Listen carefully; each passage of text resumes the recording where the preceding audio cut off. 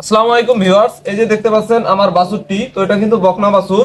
তো এটা ক্রস গাভীর একটি বাছুর। তো এটা এসিআই কোম্পানির ফেমাস যে বুলটা, সেই বুলের দেখতে পাচ্ছেন বকনা বাছুর হয়েছে। বাছুরটার গঠন কিন্তু অনেক সুন্দর, বিশেষ করে এই যে কানটা দেখতে পাচ্ছেন অনেক ছোট ছোট গোল গোল, তারপরে জিভাটাও মোটামুটি সাদা। বাছুরটাকে আমি 3-4 দিন আগে কৃমিনাশক ঔষধ খাইয়েছিলাম। তো আজকে এই যে দেখতে পাচ্ছেন আমার হাতে একটি ঔষধ জিঙ্ক জিঙ্ক এবং ভিটামিন বি কমপ্লেক্স। তো এই ঔষধটা আমি বাছুরকে খাওয়াবো। যেহেতু কৃমিনাশক ঔষধ খাইয়েছি, কৃমিনাশক একটি পরজীবী।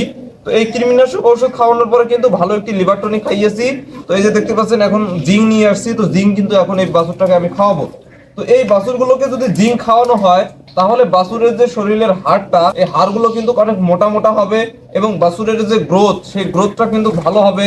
এবং এই বাছুরের যে লোমগুলো, এই শীতের মধ্যেও কিন্তু এই লোমগুলো উস্কো খুস্কো থাকবে না, একদম চিকচিকা দেখা যাবে, খুব ভালো দেখা যাবে।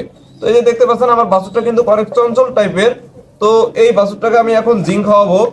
তো আপনারাও আপনাদের বাছুরগুলোকে এই শীতের সময় আপনারা কৃমিনাশক ওষুধ দেন এবং এই জিঙ্ক এবং ভিটামিন বি কমপ্লেক্স যে সিরাপগুলো, সেই সিরাপগুলো খাওয়ান। এতে কিন্তু বাছুরের গ্রোথ অনেক ভালো হবে, বাছুরটা দেখতে ভালো দেখা যাবে। আর এই শীতের মধ্যে যেহেতু বাছুরের রোগ সবচেয়ে বেশি হয়, এই জন্যই মূলত আপনারা আরো জিঙ্কটা খাওয়াবেন। কারণ এই জিঙ্ক কিন্তু বাছুরের রোগ প্রতিরোধ ক্ষমতা বৃদ্ধিতে অনেক ভালো ভূমিকা পালন করে। আর এই ছোট বাছুরকে আপনারা এই সিরিঞ্জ দিয়ে ওষুধটা খাওয়াবেন। যদি এদেরকে বোতল বা গ্লাসের মাধ্যমে ওষুধটা খাওয়ান, তাহলে কিন্তু এদের শ্বাসনালীতে যাওয়ার একটি ভয় থাকে। তো এই যে দেখতে পাচ্ছেন সিরিজটা, তো এইভাবে ধরে আপনারা কিন্তু বাছুরকে ওষুধ খাইয়ে দিবেন। এই যে আস্তে আস্তে পুশ করে দিবেন, বাছুর কিন্তু আস্তে আস্তে চেটে চেটে খেয়ে নিবে। তো একে আমি 20 মিলি ওষুধ খাইয়ে দিলাম।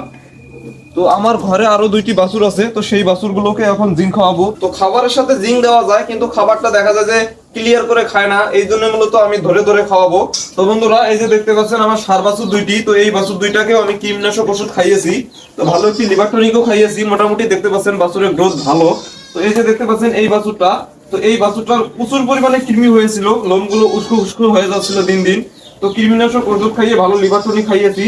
খাওয়ার রুচি দেখতে পাচ্ছেন মোটামুটি অনেক ভালো। শুকনা খড় দিয়েছি, দেখেন কিভাবে খাচ্ছে। এই ঔষধের কাজ যদি আমি এখন নাও বুঝি, পরবর্তীতে যখন গরমের ভাবটা চলে আসবে, তখন কিন্তু এই বাছুরগুলোর শরীরে এই ঔষধের যে কার্যক্ষমতা, সেটা কিন্তু দেখা যাবে। মোট কথা, গরম আসার সাথে সাথে কিন্তু এই বাছুরগুলোর শরীরের যে আকৃতিটা পরিবর্তন হয়ে যাবে। বিশেষ করে এই লোমগুলো কিন্তু ঝরে সুন্দর চকচকে কিছু লোম বের হবে এবং সেই লোমগুলো দেখতে কিন্তু অনেক ভালো দেখা যাবে। আর এই যে দেখতে পাচ্ছেন এই বাছুরটাকেও আমি এই সিরিজ দিয়ে এইভাবে ধরে ধরে ওষুধ খাওয়াবো। তো এইভাবে ধরে ধরে ওষুধ খাওয়ানো কিন্তু খুব ইজি। তো আপনারা আপনাদের বাছুরকে আপনারা এইভাবেই ওষুধ খাওয়াবেন। তো বিশেষ করে আপনাদের বাছুরগুলোকে এই শীতের সময় জিঙ্ক এবং মাল্টিভিটামিন এই ঔষধ 2টা নিয়মিত খাওয়াবেন। এই ওষুধ 2টা যদি আপনারা নিয়মিত খাওয়ান, তাহলে কিন্তু এই বাছুর খুবই ভালো থাকবে। আর বিশেষ করে এই শীতের সময় বাছুরের যে পেটটা, মোট কথা এই যে পেটটা, এই পেটটা যাতে ঠান্ডা না পায়, মোট কথা মেজের মধ্যে আপনারা কিছু শুকনা খড় বিছিয়ে দিবেন। তো গ্রামগঞ্জে একটি জিনিস খুবই দেখা যায়, সেটা হচ্ছে যে গরুর ঘরের ভিতরে কোনো প্রকার খড় না দিয়ে গরুর যে এই পিঠ আছে, এই পিঠের মধ্যে চটের বস্তা বা কাপড় কিছু একটা দিয়ে ঢেকে দেয়। মোট কথা এই পিঠের মধ্যে যাতে শীত না পায়, এই জন্য তারা এই ব্যবস্থা করে দেয়। আর মূলত গরুর ঠান্ডাটা লাগে গরুর এই যে পেট আছে, সেই পেটের অংশ থেকে। এই জন্যই আপনাদের বলি, আপনারা এই পিঠের মধ্যে যদি চট নাও দেন, তাও কিন্তু বাছুরের ঠান্ডা লাগবে না।